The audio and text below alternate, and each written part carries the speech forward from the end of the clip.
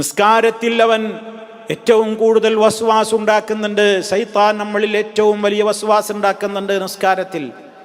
നിസ്കരിക്കുമ്പോൾ നമുക്ക് മനസ്സിലാകാത്തൊരവസ്ഥ വരെയാണ്. കൈകെട്ടി നിന്നാൽ സഹോദരങ്ങളെ, അള്ളാഹുവിനോട് നമ്മൾ കാവൽ ചോദിക്കലേ നിവൃത്തിയുള്ളൂ. റബ്ബിനോട് നിസ്കരിക്കാൻ നിൽക്കുമ്പോൾ തന്നെ നമ്മുടെ മനസ്സുകൊണ്ട് നമ്മൾ പ്രാർത്ഥിക്കുക, അള്ളാഹുവേ, പൂർണ്ണമായ അർത്ഥത്തിൽ നീ തൃപ്തിപ്പെടുന്ന വിധത്തിൽ ഇതിനിക്ക് നിർവഹിക്കാൻ തൗഫീഖ് തരണം എന്ന്. അങ്ങനെ കഴിയുന്നത്ര ശ്രദ്ധാപൂർവം നിർവഹിക്കുക. അത് കഴിഞ്ഞാലുടനെ അസ്തഗ്ഫിറുല്ലാഹ് എന്ന 3 തവണ നമ്മെ കൊണ്ട് ചൊല്ലിപ്പിക്കുന്നുണ്ട്. എന്തിനാ അത്? അല്ലാഹുവേ, എൻ്റെ കഴിവിൻ്റെ പരമാവധി നിസ്കാരത്തിൽ ഞാൻ എൻ്റെ ശ്രദ്ധ പതിച്ചുകൊണ്ട് നിർവഹിച്ചിട്ടുണ്ട്. കണക്ക് നോക്കുന്ന ദിനത്തിൽ ഇതിൻ്റെ പോരായ്മകൾ നീ കണ്ടെത്തുന്ന ദിനത്തിൽ പുറത്തു തരണം, മാപ്പാക്കണം. എന്നിൽ നിന്ന് വന്നു പോയിട്ടുള്ള അപാകതകൾ മാപ്പാക്കിക്കൊണ്ട് എനിക്കിതിൻ്റെ സമ്പൂർണ്ണ പ്രതിഫലം തരണം. അതുകൊണ്ട് ഞാൻ നിന്നോട് പൊറുക്കലിനെ ചോദിക്കുകയാണ്. വല്ലതും സംഭവിച്ചെങ്കിൽ അല്ലാഹുവേ മാപ്പാക്കണം, പൊറുക്കണം. ഇതാണ് അസ്തഗ്ഫിറുല്ലാഹ് നിസ്കാരം കഴിഞ്ഞാൽ 3 തവണ നമ്മെ കൊണ്ട് പറയിപ്പിക്കുന്നതിൻ്റെ പൊരുൾ എന്ന് നമുക്ക് മനസ്സിലാക്കുവാൻ സാധിക്കും. അതുകൊണ്ട് സുഹൃത്തുക്കളെ, നിസ്കാരത്തിൽ ശൈത്താൻ ഇങ്ങനെ പലവിധത്തിലുള്ള തോന്നിപ്പിക്കലുകൾ അവൻ ഉണ്ടാക്കുന്നത് നമ്മുടെ ശ്രദ്ധയെ അവൻ കവർന്നെടുക്കുകയാണ്. അതുകൊണ്ട് നമ്മുടെ ശ്രദ്ധ അങ്ങുമിങ്ങുമായി പോകാതിരിക്കാൻ ചെയ്യാവുന്ന പല കാര്യങ്ങളുമുണ്ട്. നിസ്കാരത്തിൽ നിന്ന് ശ്രദ്ധ പോകാതിരിക്കാൻ ചെയ്യാവുന്ന പല പ്രത്യേകമായ നടപടിക്രമങ്ങൾ ഉണ്ട്. ഒന്ന്, നേരത്തെ നിസ്കാരത്തിന് പോയാൽ നിസ്കാരത്തിൻ്റെ മുമ്പ് തന്നെ നിശ്ചയിക്കപ്പെട്ട നമുക്കുള്ള 2 റക്അത്തും അതുപോലെ 4 റക്അത്തും ഒക്കെയുള്ളതും അങ്ങനെ പ്രാർത്ഥിക്കുകയും ഒക്കെ ചെയ്യുമ്പോൾ നമ്മുടെ മനസ്സ് കൂടുതൽ അല്ലാഹുവിലേക്ക് അടുക്കുകയാണ്. അങ്ങനെ നിസ്കരിക്കാൻ നിൽക്കുമ്പോൾ അന്യചിന്തകൾക്കൊന്നും വല്ലാതെ ഇടം കിട്ടുകയില്ല. പിശാച്ചിന് വല്ലാത്ത വിഷമാണല്ലോ അതൊക്കെ. അതൊരു മാർഗമാണ്. മറ്റൊന്ന്, നമ്മുടെ ശ്രദ്ധയും നോട്ടവും സുജൂദിൻ്റെ സ്ഥാനത്തേക്ക് മാത്രം കേന്ദ്രീകരിക്കലും മറ്റിടങ്ങളിലേക്ക് കണ്ണയക്കാതിരിക്കലും മറ്റു ശബ്ദങ്ങളും അപശബ്ദങ്ങളുമൊക്കെയുള്ള ഇടങ്ങളിൽ വെച്ച് നിസ്കരിക്കാതെ ശാന്തമായുള്ള ഇടങ്ങൾ നിസ്കാരത്തിന് തിരഞ്ഞെടുക്കലുമൊക്കെ ആവശ്യമായ കാര്യമാണ്.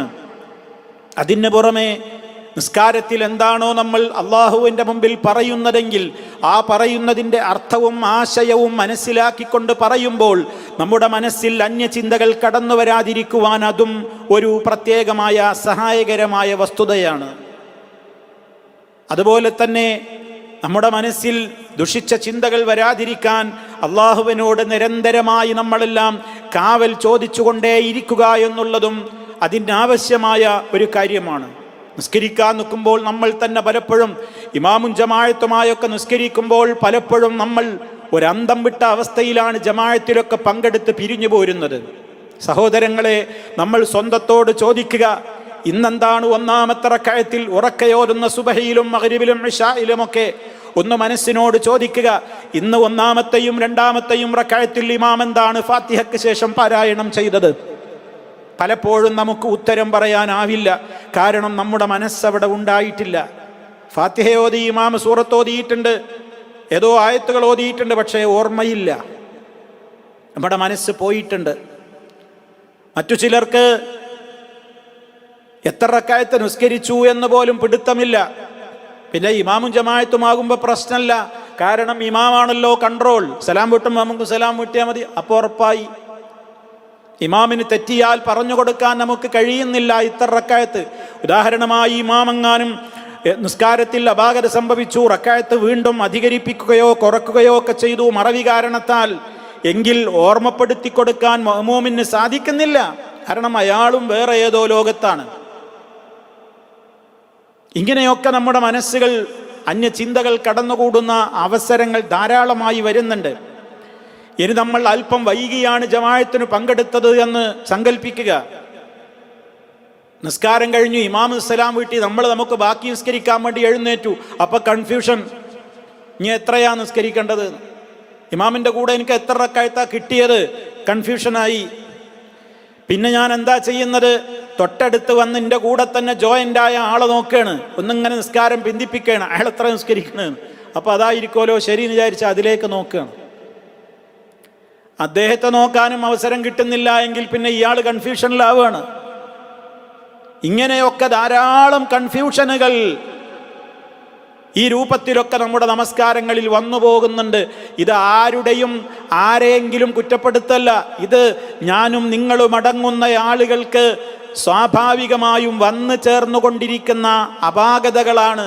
റബ്ബിനോട് കാവൽ ചോദിക്കുകയല്ലാതെ നിവൃത്തിയില്ല സുഹൃത്തുക്കളെ. അങ്ങനെ സംഭവിച്ചു പോയാൽ എത്രയാ നിസ്കരിച്ചത്? ലാ യദ്രി കം സല്ലാ എന്ന് പറഞ്ഞില്ലേ? എത്ര റക്അത്താ നിസ്കരിച്ചത് എന്ന് അറിയാതെ വന്നു കഴിഞ്ഞാൽ അവിടെ ഒരു മസ്അല ഇസ്ലാം പഠിപ്പിച്ചിട്ടുള്ളത് എന്താണ്? എത്രയാണോ എണ്ണം കുറവ് നമ്മുടെ മനസ്സിൽ തോന്നിയതെങ്കിൽ അതിന്മേൽ ഉറപ്പിച്ച് ബാക്കി പൂർത്തിയാക്കുക എന്നാണ്. അതായത് 3 ആണോ 4 ആണോ നിസ്കരിച്ചത് എന്ന കൺഫ്യൂഷൻ വന്നാൽ അപ്പോൾ 3 നിസ്കരിച്ചു എന്നുള്ളത് ഉറപ്പാണല്ലോ.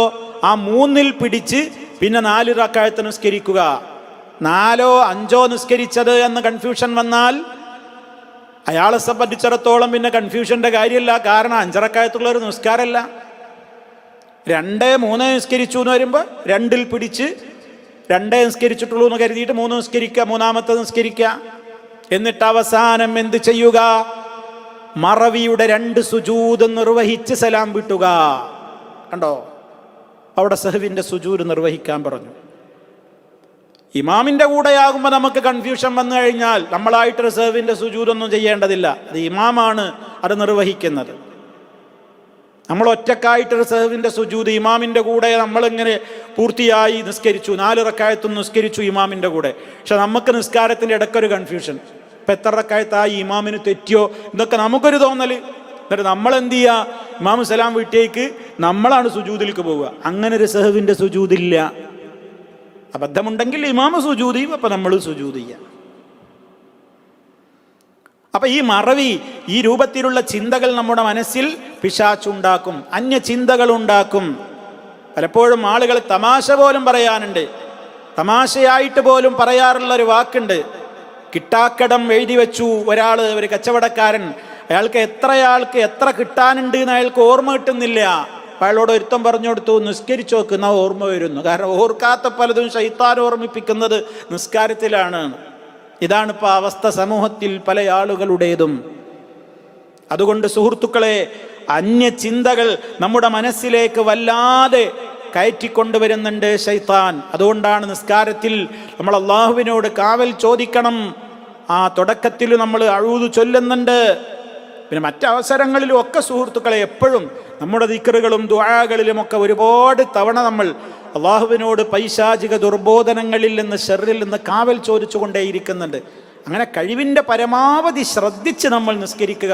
അള്ളാഹു നമുക്കെല്ലാവർക്കും പരിപൂർണമായ പ്രതിഫലം നിസ്കാരം മുഖേന നൽകി റബ്ബിൻ്റെ പ്രത്യേകമായ സ്വർഗത്തിൽ ഇടം നൽകപ്പെടുന്നവരിൽ ഉൾപ്പെടുത്തി അനുഗ്രഹിക്കുമാറാകട്ടെ. നമ്മുടെ പാപങ്ങളും തെറ്റുകുറ്റങ്ങളും അവൻ പുറത്തു തരുമാറാകട്ടെ. അസഹനീയമായ പരീക്ഷണങ്ങളിൽ നിന്ന്, ആപത്തുകളിൽ നിന്ന് അള്ളാഹു നമ്മയെല്ലാം കാത്തു രക്ഷിക്കുമാറാകട്ടെ. നമ്മിൽ നിന്ന് മരണപ്പെട്ടു പോയ മുഅ്മിനുകൾക്ക് അള്ളാഹു സ്വർഗം നൽകി അനുഗ്രഹിക്കുമാറാകട്ടെ. ജഹന്നമിൽ നിന്ന് നമ്മയും അവരെയും കാത്തു രക്ഷിക്കുമാറാകട്ടെ. വൽഹംദുലില്ലാഹി റബ്ബിൽ ആലമീൻ. വസ്സലാമു അലൈക്കും വറഹ്മത്തുള്ളാഹി വബറകാതുഹു.